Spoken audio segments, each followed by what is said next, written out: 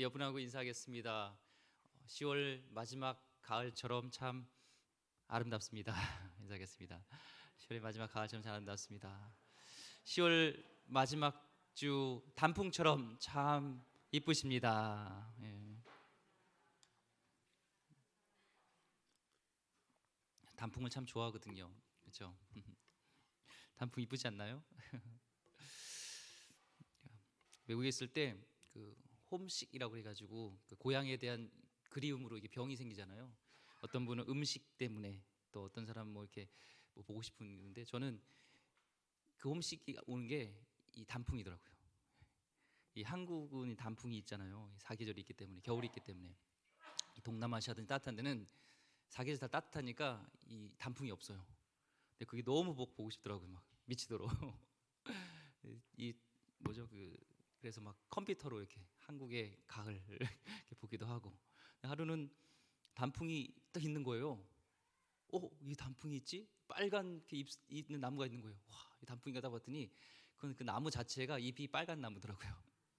그런 것보다도 이게 자연스럽게 이렇게 단풍이 물드는 것이 참 예쁘다. 우리는 이 소중함을 잘 모르죠. 없어 보면, 떠나 보면 알게 되는 것 같습니다. 오늘 하나님이 허락하신 우의 도로의 의미라는 제목으로 하는 말씀 같이 나누려고 합니다. 한 목사님이 있었는데요. 그 목사님이 설교를 참 잘하고 싶었어요.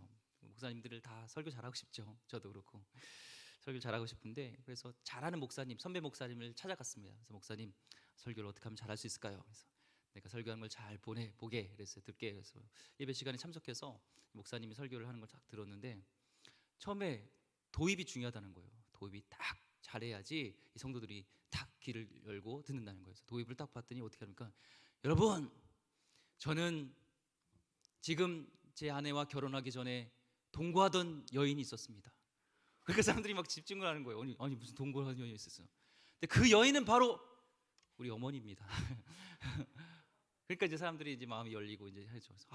이걸 배워야겠구나. 그래서 이 목사님이 그걸 배웠어요. 그래서 도입을 잘해야 된다고. 그대로 해가지고 예배 시간에, 설교 시간이겠습니다. 여러분, 저는 지금 결혼한 제 아내를 만나기 전에 동거하던 여인이 있었습니다. 사람들이 막 눈이 찌둥그러죠. 목사님 무슨 동거하던 여인 있어요. 근데 이 목사님이 갑자기요, 그게 어머니란 게 기억이 안 나는 거예요. 그런데 그 여인이 누군지 모르겠습니다. 이렇게 해버린 거예요. 우리는 누구를 쫓아가기보다 예수님을 쫓아가고 예수님을 닮고 예수님 안에서 인도하는 받고 가는 거죠. 그래서 예수님과 함께하는 삶이 성경에는 만사형통이라고 얘기를 하는데요. 이 만사형통은 우리 의미를 좀 잘 생각해야 되는 게 있어요. 만사형통이 내 뜻대로 다 이루어지는 게 만사형통이 아니라는 거예요. 내 뜻대로 다 되는 게. 그래서 하나님을 따라가고 예수님을 잘 믿다 보면은 그런 가운데도 사업에 실패하기도 하고, 때로는 실직하기도 하고, 때로는 좌천되기도 하고, 어려운 병에 걸리기도 하고, 때로는 가슴에 정말 품은 죄도 없는데, 나쁜 일도 없는데 꼭 그런 뭔가 죄 때문에 일어난 일 같은 그런 고난과 어려움이 닥칠 때가 있습니다. 그럴 때 우리는 만사형통이라는 의미를 생각할 때, 왜 나에게 이런 의미가 나에게 이렇게 찾아오지? 나에게 이런 일들이 하면서 실족하고 넘어지고 낭만한 경우가 왕왕 있습니다. 그렇죠? 그런데 우리 인생 가운데 하나님께서 우리에게 그런 고난, 역경을 허락하실 때가 있어요. 그것이 어떤 꼭 잘못이기라보다 하나님께서는 뭔가 그 가운데 계획이 있다는 겁니다. 참, 이 코로나가 이제 시작되고 뭐 한두 달 정도면 이제 끝나겠지 이런 생각했던, 이제 이게 그러지 않고 장기화되면서 2020년은 그냥 봄, 여름, 가을, 겨울 계속 그냥 코로나와 같이 이제 살고 있는 것 같습니다. 좀 더 길어질 것 같기도 하고요. 그렇죠? 이렇게 뭔가 고난이 길어질 때 우리는 말씀을 붙잡아야 되겠죠. 그래서 오늘 말씀을 붙들길 원하고요. 오늘 말씀이 그런 고난 속에서 위로함 되기를 소망합니다. 오늘 민수기 20장에서는요, 이스라엘 백성들이 당한 큰 고난이 이 두 가지가 나타나는데요. 첫 번째 고난은 바로 에돔의 장벽입니다. 이스라엘 백성들이 이제 시내산을 떠나서 광야에 있다가 이제 가네스 바네아라는 곳에서 이제 정탐꾼을 보내고 이제 가나안 땅, 하나님이 약속하신 땅, 그 땅, 젖과 꿀이 흐르는 땅으로 이제 들어가려고 합니다. 그럴 때 가장 빨리 이제 그 가나안 땅에 들어간 곳은 이 가네스 바네아에서 그냥 북쪽으로 위로 쭉 올라가면 돼요. 제일 빠른 길이에요. 근데 거기에 엘랏이라는 왕이 이제 막아서게 됩니다. 그래서 그쪽으로 가지 못하고 이제는 모세가 하는 수 없이 좀 더 멀지만 좀 더 지름길과 같은 곳을 이제 지나가려고 하네요. 오늘 지도를 한번 보여주시면 알겠지만 엘랏이라는 곳에서 이제 막아서서 원래는 가나안 이 지중해 쪽으로 가는 곳이 이제 산간지구로 가는 걸로 제일 빠른 길이죠. 근데 이제 차선책으로 생각한 것이 이제 에돔을 통해서 이제 산간 지방으로 이제 지름길로 가려 합니다. 저기를 이제 킹스웨이라고 하고 이제 왕의 대로라고도 얘기를 합니다. 역사에서 나오는 저기를 통해서 무역을 했고 위로는 이따가 또 사진을 보이겠지만 실크로드와 연결이 돼요. 그래서 무역이 활발했던 저곳이 길입니다. 아니면 오른쪽으로 가서 광야로 가야 되는데 참 척박하고 어려운 곳이죠. 여기서 이제 이 에돔을 통과해야 되는 그런 일들이 남아 있습니다. 그래서 오늘 말씀의 14절을 보니까 이렇게 얘기하죠.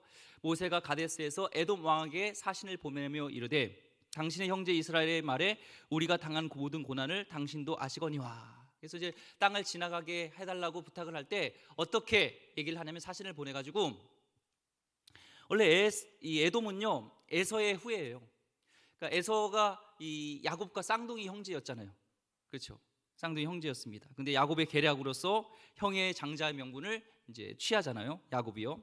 그래서 갈등이 깊어졌던 것들을 보게 됩니다. 하지만 극적인 또한 하나님의 개입하심으로 또 화해해가지고 야곱과 에서가 화해됐던 일도 있습니다. 근데 그 이후로 이 에서의 후예였던 이 사람들, 에돔 사람들이요, 이 야곱 이스라엘 백성과 이렇게 화해하지 못하고 결국에는 이렇게 갈라지게 됩니다. 그래서 이 에서의 후예들이 세일산 부근 지금 이쪽에 지내면서 이제 에돔 족속을 이루게 되는 것이죠. 근데 이 갈등의 역사를 얘기하지 않고 지금 모세는 사신을 보내서 당신네 족속과 우리의 족속은 형제지간 아닙니까?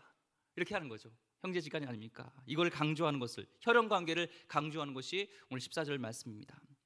여기서 또 보면은 뭘 얘기하면 우리가 모든 고난을 당신도 아시거니와. 그래서 고난이라는 것은 히브리어로 굉장한 진통, 아픔이에요. 이 400년 동안 우리가 이집트에 이민 갔는데 압제당하고 수모당하고 어려운 일들을 이렇게 얘기하면서 동정심을 유발하는 것이죠. 자신을 낮추면서 우리 이렇게 어려움 당했어요. 우리 정말 이렇게 힘든 일들을 보냈어요. 그러니까 좀 도와주세요. 이렇게 동정표를 얻으려고 이렇게 14절에 얘기하고 있습니다.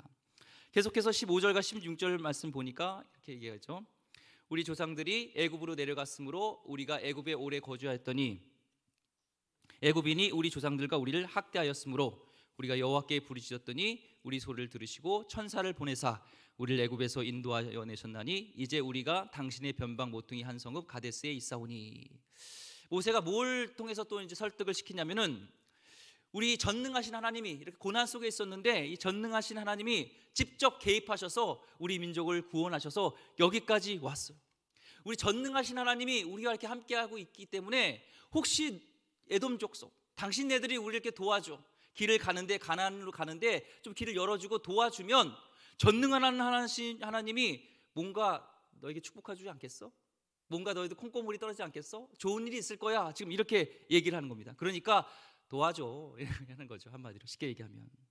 그러면서 이제는 본격적으로 노골적으로 도움을 요청합니다. 17절 말씀에 이렇게 졸음 내용이 나오죠. 청하건대 우리에게 당신의 땅을 지나가게 하소서. 이제 지나가게 달라고 본격적으로 얘기하는 거예요.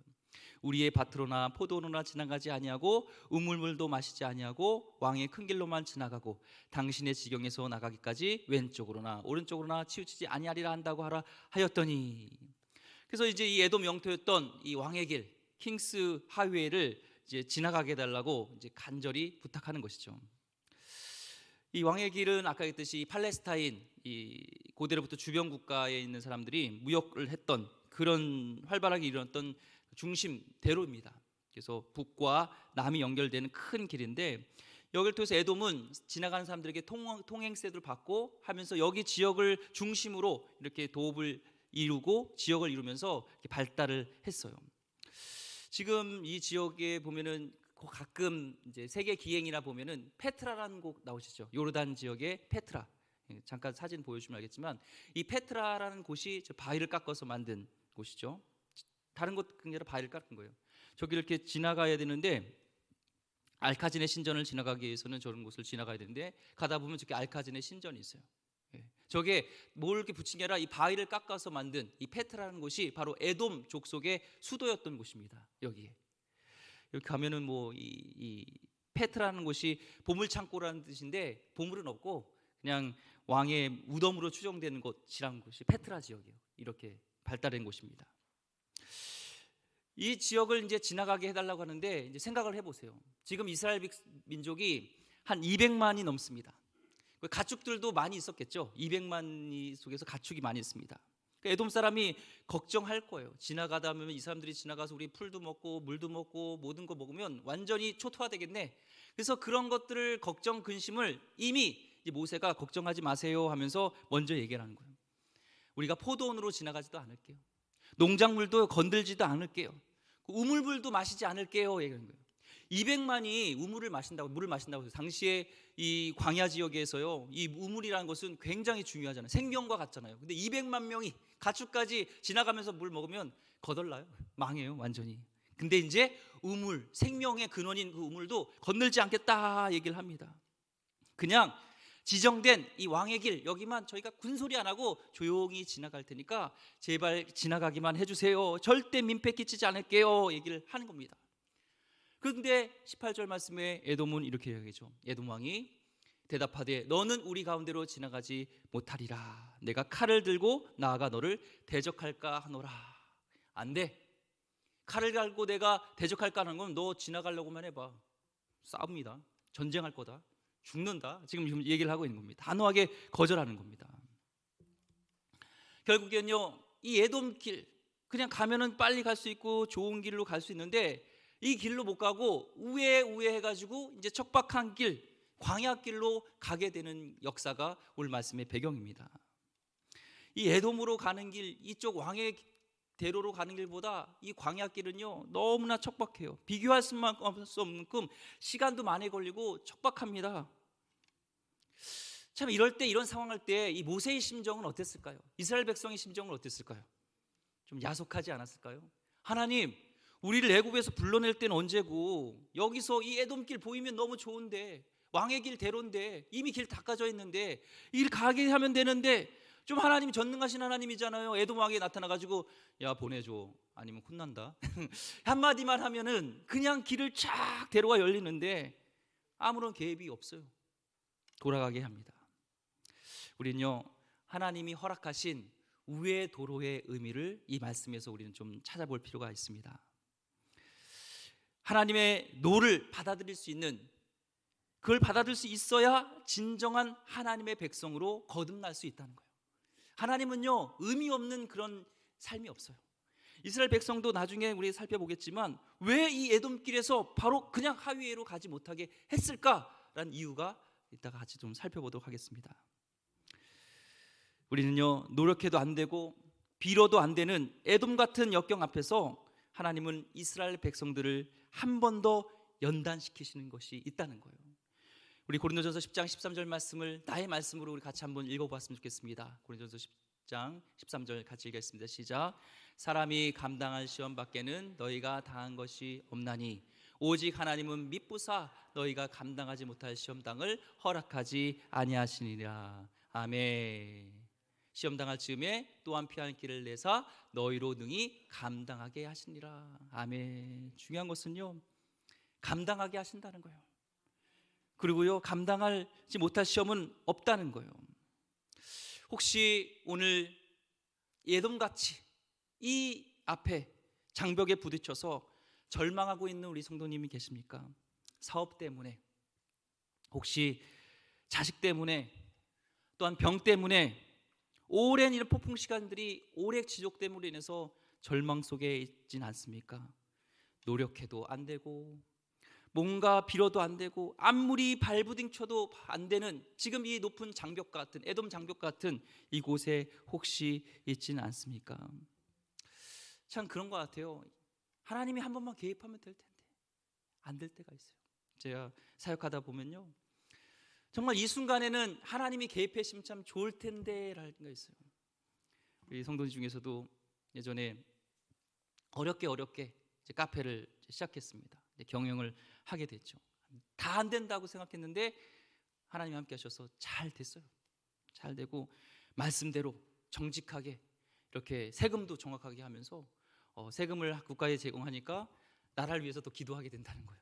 그리고 알바생을 이제 뽑을 때 보통은 1년 전에 자릅니다. 1년이 넘어가면은 이 고용 정식으로 돼서 뭐 퇴직금도 줘야 되고 좀 복잡하게 손해가 가더래요. 근데 그렇게 편법 쓰지 않고 정직하게 1년이 돼도 그냥 있게 하고 다 그 퇴직금 주고 말씀대로 정직하게 하려고 하고 했어요. 근데 나중에 이 장사가 잘 되다 보니까 이 집 주인이 욕심이 생긴 거예요. 그동안에 안 되다 보니까. 그래서 그걸 먹으려고. 우리나라 이 법이 좀 이상한 것들도 있어요. 보니까 주인이 좀 유리하게 돼 있더라고요. 건물주가. 그래서 이렇게 집세를 엄청 높여 놓는 거예요. 굉장히 높이. 그러면은 나갈 수밖에 없잖아요. 나간 후에 동종 업종으로 몇 달 정도만 안 하면 그렇게 세를 또 낸다 해놓고 동종 업종만 안 들어오면 몇 달 지나면 또 동종 업종을 해도 괜찮대요. 그러니까 주인이 자기 아들을 시켜서 그걸 2층으로 더 확장시켜서 커피숍을 그대로 여는 거예요. 그걸 그대로 받아들이면 이제 권리금도 줘야 되고 막 이런 게 있잖아요. 그러니까 그 성도님은 그냥 그 가운데 어려움 속에서 나가야 되고 그런 그대로 권리금도 받지 못하고 그때 간절히 막 기도하는데 왜 이때 하나님께서 역사하지 않을까? 이게 탁 한 번만 움직이셨으면 하나님이 전능하신 분인데 할 수 있을 텐데 이렇게 우리 가운데 인생 가운데 할 수 없는 벼락 속에 이런 벽 속에 우리가 있을 수가 있습니다. 그런데요 하나님이 허락하셔서 우회하게 할 때는 분명한 하나님의 거기에 계획과 뜻이 있다는 거예요. 하나님은요 우리가 예수님 닮길 원합니다. 하나님의 성품을 닮길 원합니다. 그래서 때로는 경험케 하세요. 외로움과 유혹과 스트레스와 비난과 거절 같은 문제를 겪게 하실 때는 그를 통해서 우리는 반응해야 될 필요가 있다는 거예요. 갈라디아서 5장 22절에서 23절 말씀 보면은 오직 성령의 열매는 사랑과 희락과 화평과 오래 참음과 자비와 양성과 충성과 온유와 절제니 이 같은 것을 금지할 법이 없느니라. 그래서 사랑과 희락과 화평과 이런 성령의 열매들이 보면 다 일품과 관련이 된 거거든요. 이런 모습 속에서 예수님의 성품으로 이렇게 변화시키기 위해서 오히려 하나님께서는 우리가 정반대의 특성에 있는 환경을 만나게 한다는 거예요. 예를 들면요 정말 사랑이란 것을 우리가 배우게 하기 위해서 예수님의 사랑을 배우게 하기 위해서요 사랑할 수 없는 사람을 진짜 용서할 수 없는 사람을 내 주위에 내 앞에 두어서 계속 그 속에서 예수님의 사랑을 실천하고 예수님의 사랑을 배우게 한다는 것이 있다는 거예요. 저도 마찬가지입니다. 이렇게 사역을 하다 보면요 뒤통수 치는 사람도 있었고 힘들게 하는 경우도 있었고 정말 낭심되는 그렇게 오히려 가까이 있는 사람이 그런 경우가 있어요.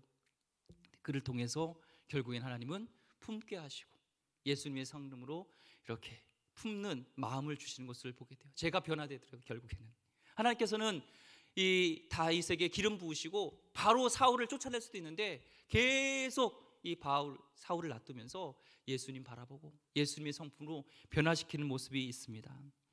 우리가 계획대로 일이 진행되지 않고 혼란스러운 그런 상황 속에 있을 때 우리는 그 속에서 또한 배워야 될 것이 있는 거예요. 때로는 겸손함으로 때로는 포기하려는 그 순간에 인내심을 또한 우리에게 키우게 하시는 거고 있고요.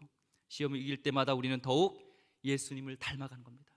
그래서 혹시 에돔과 같은 벽이 있을 때 하나님이 나를 변화시키려고 하는구나, 나를 더 크게 쓰시려고 하는구나.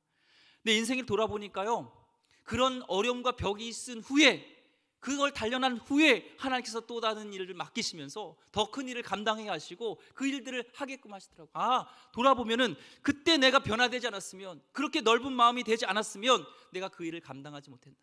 마찬가지입니다. 제가 기름교회 담임으로 올 때도요 쉬운 길만 있으면서 이렇게 온 것이 아니에요. 어려움도 있고. 왜 하나님이 이런 어려움이 있죠? 하나님 바라보고서 내가 가고 있는데 왜 어려움이 있죠? 근데 돌아보니까 또 기름교회 와서 또 품고 우리 성도들을 품고 나가게 하는 하나님의 놀라운 계획이 있던 것을 보게 됩니다. 이 나물은요 하루에 막 자라요. 나물은 그렇죠? 안 가는 거예요? 막 비가 오면 막 나물 자라서 뜯어먹잖아요. 바로 없는데 고사리가 자랐네 하면서 뜯어먹고. 근데 이 고사리는요 그냥 나물로 묻혀서 먹으면 땡이에요. 근데 큰 백향목이라든지 떡갈나무라든지 이런 거는요 안 자라요. 근데 그런 시간이 지나고 폭풍을 맞이하고 그런 속에서 든든하게 단단하게 져서 결국에는 기둥이 되잖아요. 그래서 하나님이 나에게 고난과 역경 속에서 벽을 허락하시는 이유는 나를 기둥으로 삼으실 거구나, 그런 마음을 갖길 소망합니다. 하나님은 모세의 실력을 갖추는데 40년을 기다리셨고 인격을 다듬는데 40년을 기다리신 후에 80세가 됐을 때 모세를 사용하셨던 것을 보게 됩니다. 하나님의 사람은요 화려한 궁중에서 이렇게 만들어지지 않고요, 안락한 교실에서 만들어지지 않고요, 편안한 기숙사에서 만들어지는 것이 아니라 거친 광야와 거친 사막에서 만들어지는 거예요. 이스라엘 백성이 왜 평탄한 왕의 대로 가지 않고 돌아가게 했는지 하나님의 백성으로서 하나님께서 다듬시기로는 하나님이 쓰시고자 하는 하나님의 놀라운 계획이 있었던 것을 보게 됩니다. 출애굽기 15장 22절 27절에 보면요, 이제 이스라엘 백성이 광야를 지나면서 수르 광야에 이래요. 3일 길을 광야를 갔는데 물이 없는 거예요. 3일 동안 물을 안 드셔보셨습니까? 혹시 그런 적 있어요? 3일 동안 밥만 안 먹어도 사람 죽을 것 같아요. 3일 동안 물을 안 먹는 거는 미치고 환장하는 겁니다. 근데 마침 딱 물을 발견했는데 거기 뭐가 있었냐면 마라란 물이 있었어요. 근데 물이 보니까 썩어. 너무 써. 내 볼 때는 썩든지 물이 먹을 물이 아니에요. 하나님께 원망하는 거죠. 그리고 기도하는 거죠. 그때 이 나뭇가지를 던지라 하니까 그것을 달게 되는 나무가 달게 돼서 물을 마시게 됩니다. 그런데 좀 지나가니까 뭐가 있었냐면 엘림이라는 오아시스를 발견하게 돼요. 참 그렇지 않나요? 왜 광야 전에 미리 엘림이라는 오아시스를 좀 주시면 안 되나요? 그런데 광야를 지난 후에 오아시스를 이렇게 주는 것을 보게 돼요. 광야는요 빨리 가는 게 중요한 것이 아니라 어떻게 가는 것이 중요해요. 광야를요 지나가기 위해서는요 중요한 것이 뭐냐면 빨리 가는 것이 아니라, 빨리 가면 죽습니다. 오아시스에 얼마큼 오래 자주 머무는 것이 중요하다는 거예요. 이 성경에서 오아시스는 누굴 상징하시죠? 예수님입니다. 광야길을, 여러분은 그런 에돔길을 지날 때 중요한 것은요 엘림이라는 오아시스에 머무르는 거예요. 빨리 가는 것보다 중요한 것이 예수님께 더 머물고 이 광야 속에서 더 예수님을 바라보고 더 예수님께 나아가고 하나님을 붙드시는 여러분 되길 소망합니다. 운전을 하다 보면요 길이 막히고 우회라는 표지판이 나올 때요 대부분 그것은 공사 중이에요. 우리 안에 성령께서 열매를 맺기 위한 그런 공사를 하고 있다는 것을 우리가 보게 돼요. 이 미국과 이스라엘은 나무들을 보면 특징이 달라요. 미국에 있는 큰 나무들이 있습니다. 근데 태풍이 이렇게 허리케인이 한번 불면은 그 나무들이 다 뿌리채 뽑혀요. 그렇게 큰 나무들이. 근데 이스라엘 나무들은요 뭔가 이렇게 막 뒤틀어지고 올곧지도 않고 막 이렇게 좀 뭐랄까요, 좀 볼품이 없어요. 그런데 막 태풍이 불고 그래도 나무가 안 쓰러져요. 그 이유는 그 척박한 땅 속에서 거기서 살아남기 위해서 뿌리를 깊숙이 내려서 심지어는 그 나무가 수십 미터까지 뿌리를 맺히고 있어서 이게 웬만한 바람과 폭풍으로는요 흔들리지 않는다는 거예요. 오늘 우리 가운데 공사 중에 주시고 우회하고 돌아가게 할 때는 더 예수님께 뿌리 내리길 소망합니다. 주님께 더 깊이 뿌리를 내려서 어떤 역경 속에서도 멈추지 않고 흔들리지 않기를 소망합니다. 천천히 가시는 것 같지만 하나님은요 질풍까지 또한 움직이시고 또한 돌아가게 하지만 공사 중이지만 하나님은 일하고 계신 것이 있다는 거예요. 오리가 이렇게 물에 떠 있잖아요. 한강에 보면 오리가 이렇게 떠 있어요. 그런데 그 오리가 떠 있기 위해서는요 밑에서 발을 막 움직이고 있다고 합니다. 마찬가지로 하나님께서는 아무 일도 안 하시는 것 같지만 하나님은 일을 하고 있는 거예요. 지금 약속의 땅을 눈앞에 두고 있는 이스라엘 백성이 정말 힘든 가운데 있습니다. 형제라라고 믿었던 에돔 이 장벽에 고달픈 우회도를 돌아가야 했습니다. 그리고요 더 슬픈 일이 있는데 얼마 후에 이제 영적 지도자인 미리암과 아론도 세상을 떠나고 민족의 영도자였던 모세도요 이제는 눈앞에서 가지 못하고 죽는 그런 상황 가운데 있습니다. 이제 척박한 광야길로 돌아가는데 또 누가 있냐면 아모리 족속이 진을 치고 있는 거예요. 사신을 보내서 좀 지나가게 해달라는데 오히려 이 아모리 족속이요 싸움을 하자고 나옵니다. 결국엔 싸우게 돼요. 근데 누가 이겨요? 이스라엘 백성이에요. 그래서 이 요단 동평, 즉 길앗 땅이라는 이곳 아모리 족속 이쪽을 차지하게 되는 것을 보게 됩니다. 민수기 21장 31절 말씀에 이런 고백이 있습니다. 이스라엘이 모세에게 이르되, 민수기 21장 31절 말씀 읽겠습니다.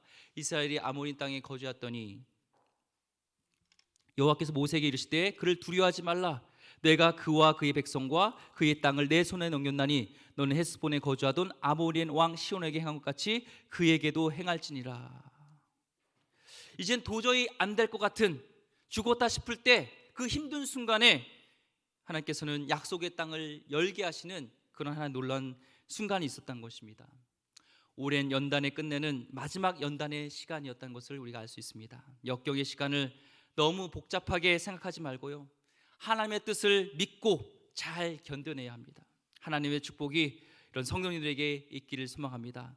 야고보서 1장 12절 말씀에 시험을 참는 자는 복이 있나니 이는 시련을 견디어낸 자가 주께서 자기를 사랑하는 자들에게 약속하신 생명의 멸관을 얻을 것이기 때문이라. 아멘.